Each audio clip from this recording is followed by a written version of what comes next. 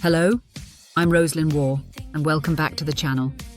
Today, we're diving into something that a lot of you have been asking about. Relationships between men and women generally go through 3 stages. First, there's mutual attraction, where you like the girl and she likes you. This is the beginning of something exciting.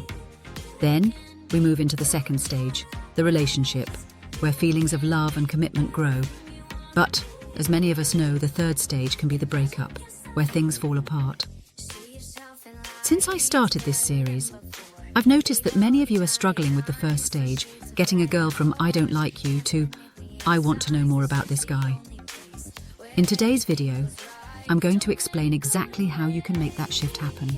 By the end, you'll have a completely different approach to how you handle attraction, and you'll be equipped with actionable strategies. But first, let me tell you an interesting story. Let me start with a story about a young legislator from Pennsylvania who found himself facing a political rival who openly disliked him. Instead of confronting him with hostility, he used a clever strategy. He learned that this rival owned a rare and valuable book, so he sent him a polite letter asking to borrow it for a short time. The rival agreed, and after reading the book, the legislator returned it with a heartfelt thank you note. To his surprise, the rival, who had previously disliked him, began treating him kindly. Eventually, they became friends and supporters. That young legislator was Benjamin Franklin, and this story gave birth to what we now call the Benjamin Franklin effect. The Benjamin Franklin effect is one of the fastest ways to make someone like you, even if they initially don't. All you have to do is ask them for a favor. When someone does a favor for you, they subconsciously start liking you more. Why? Because when we help someone, our brain rationalizes that we must like them, or we wouldn't have helped them in the first place. For you, this means that if a girl doesn't like you, you can start to shift her perception by asking for small, manageable favors. It could be something simple, like picking up a pen you dropped, sharing class notes, or helping with a small task. These tiny acts of kindness create an emotional shift and can spark the beginning of attraction. Now, let's take this concept a step further with something I call the investment equation. We've been taught all our lives that if you want a girl to like you, you have to be nice, do her favors, buy her gifts, and keep giving. But this mindset is completely wrong. What you need to understand is that a girl starts liking you when she invests in you, not the other way around. Think of it like gambling. The more money you lose, the more you want to keep going, hoping to win back what you've lost. Similarly, when a girl invests time, energy, and effort into you, she becomes more attached and interested in you. The more she invests, the more she values you. But if you're the one constantly investing in her, doing favors, giving gifts, making all the effort, you're the one who becomes emotionally attached, not her. This dynamic applies to all people, not just women. The more you invest in someone, the more valuable they become to you. But they won't necessarily value you the same way. So, here's the truth. If you want a girl to like you, focus on getting her to invest in you. Let her be the one to contribute, make efforts, and do small favors. By doing this, you're shifting the power dynamic and making sure that she's more attached to you than you are to her. Now, let's get into something crucial: avoiding the friend zone. If a girl asks you for a favor and you agree to help, you might think you're earning points with her. But in reality, you're doing the exact opposite. Helping her puts you at risk of being seen as just a friend. Here's why. When a girl asks you for something and you comply, she may interpret it in 2 ways. First, she might think you're doing it to win her over and get her approval, and that's an attraction killer. Second, she may see you as a friend because friends are the ones who help each other out. If you want to stand out, say no when she asks for a favor. This is key because most guys say yes to everything a beautiful girl asks for. When you say no, you differentiate yourself. She'll be confused. She's not used to someone resisting her charm, and she'll want to know more about you.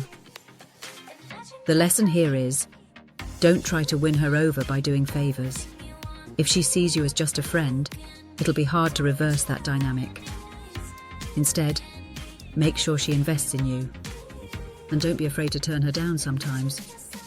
This shift will elevate how she perceives you and increase her curiosity. Now, let's talk about one of the most powerful strategies in dating: the concept of scarcity. Imagine dating as a marketplace. Just like in a financial market, when something is scarce, its value goes up. The same applies to your time and attention when you're dating a girl. Here's a scenario. You had a great time on a date, and you ask her if she's free to meet again on Thursday. She says she's busy, so you suggest Friday. She's busy again. You ask about Saturday. Nope, still busy. Now, what happened here? You became too available, and it lowered your value in her eyes. What's going on is simple. When you keep asking and chasing, you're signaling that your time is less valuable than hers. Even if she doesn't consciously realize it, on an emotional level you are losing points. The more available you seem, the more she takes you for granted. So what's the solution? Embrace scarcity. Limit your time and attention to keep them valuable. One key move: when setting up a date, always ask for her availability before revealing yours.